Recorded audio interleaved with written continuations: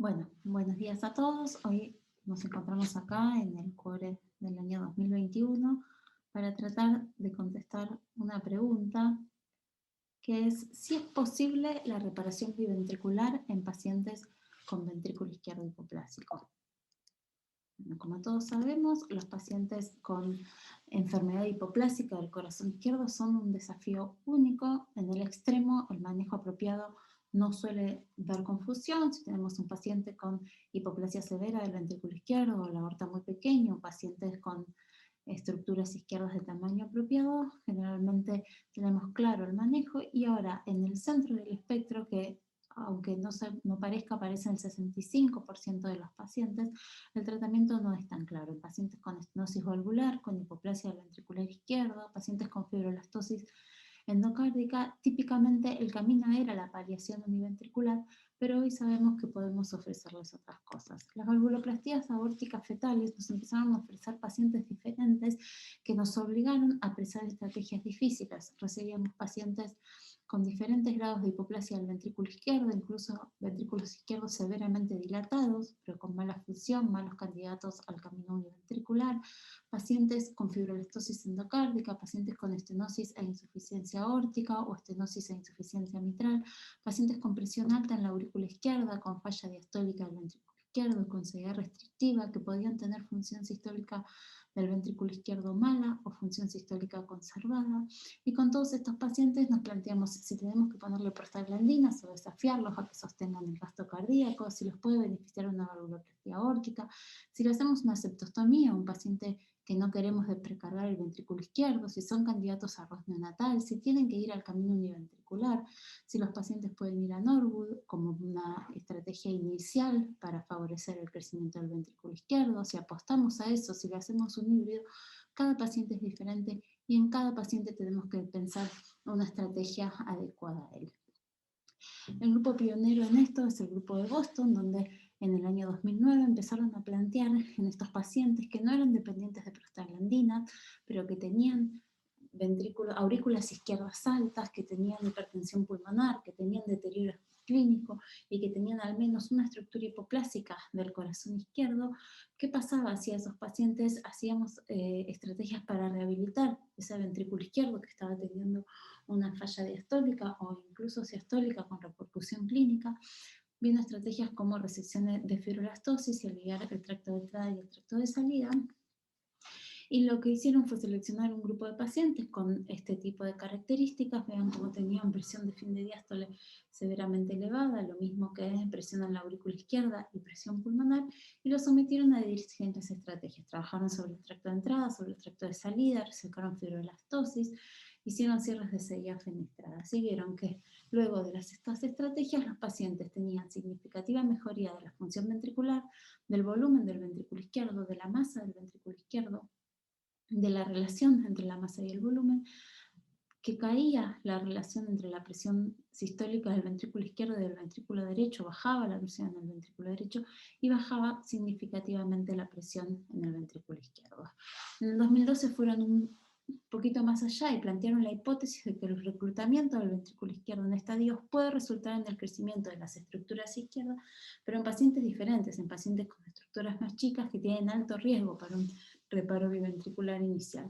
Y evaluaron dos grupos de pacientes con la misma cantidad de pacientes y de características muy similares, con estructuras izquierdas hipoplásicas y muy similares entre sí, con la única diferencia que los que se reclutaban venían más de la línea de la valvuloplastia aórtica.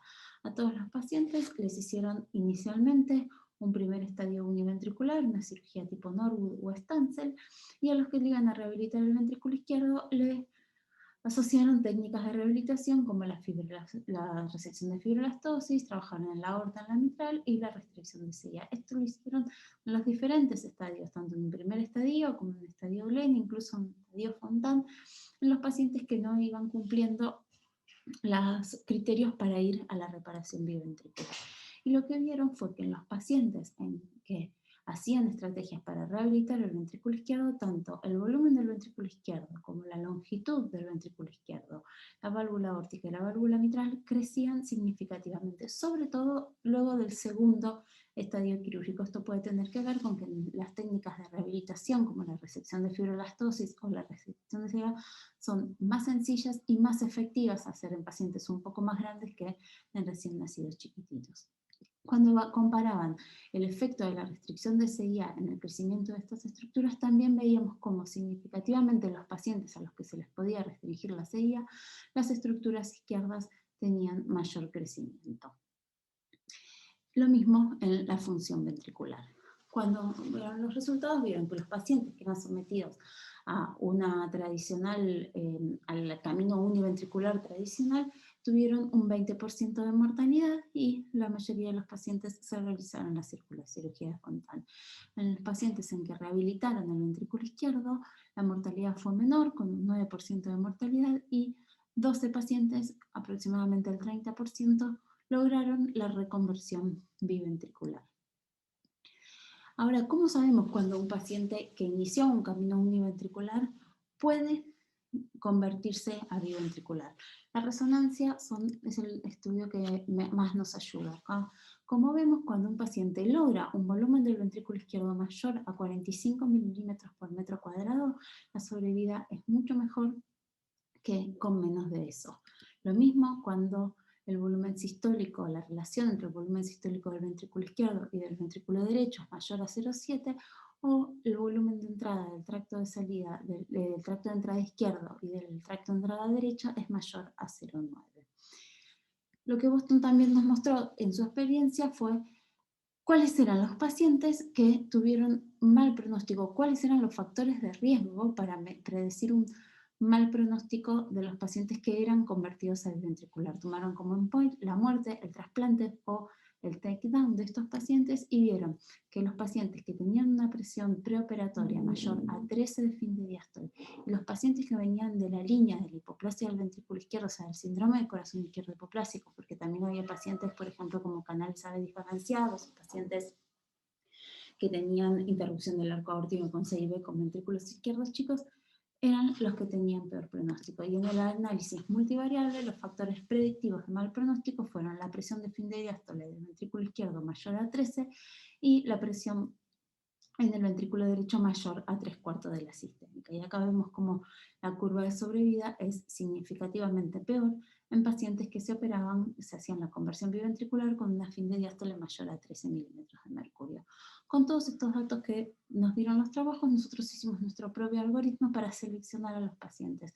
Cuando los pacientes cumplían ciertos criterios ecocardiográficos en el periodo natal, si eran candidatos a hacer una rehabilitación primaria, íbamos por ese camino y evaluábamos la presión del ventrículo derecho, los signos de insuficiencia cardíaca y vemos si necesitaban estrategias de rehabilitación alejada. Y en los pacientes en que no cumplían con estos criterios como para ir a una rehabilitación primaria, iniciamos el reclutamiento en estadios. En un primer estadio de cirugía univentricular con un Norwood Stansel con alivio del tracto de entrada, tracto de salida, sella restrictiva y en los que fue posible resección de fibroblastosa. Evaluamos a los pacientes a los 3 meses buscando los criterios por resonancia que les comenté y cuando lográbamos esos criterios y con una presión de fin de diástole menor a 13 milímetros de mercurio fuimos a la reparación biventricular.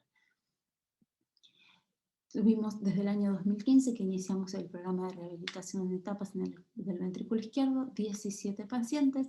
Acá vemos un poco los volúmenes, todos pacientes que no cumplían criterios para ir a una rehabilitación primaria. De estos 17 pacientes, 8 pacientes tienen hoy circulación biventricular, se hicieron la reconversión, el 47%.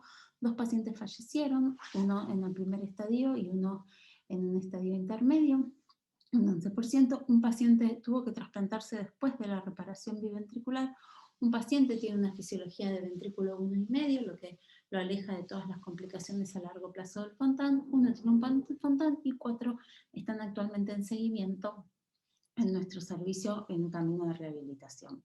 Esto rápidamente, uno de los pacientes que hoy está con circulación biventricular, estas eran las estructuras izquierdas en nacimiento, un ventrículo izquierdo muy chiquito con fibroblastosis, lo mismo donde se veía una función contráctil adecuada, pero un ventrículo muy chiquito. Esto es luego de la primera cirugía de rehabilitación.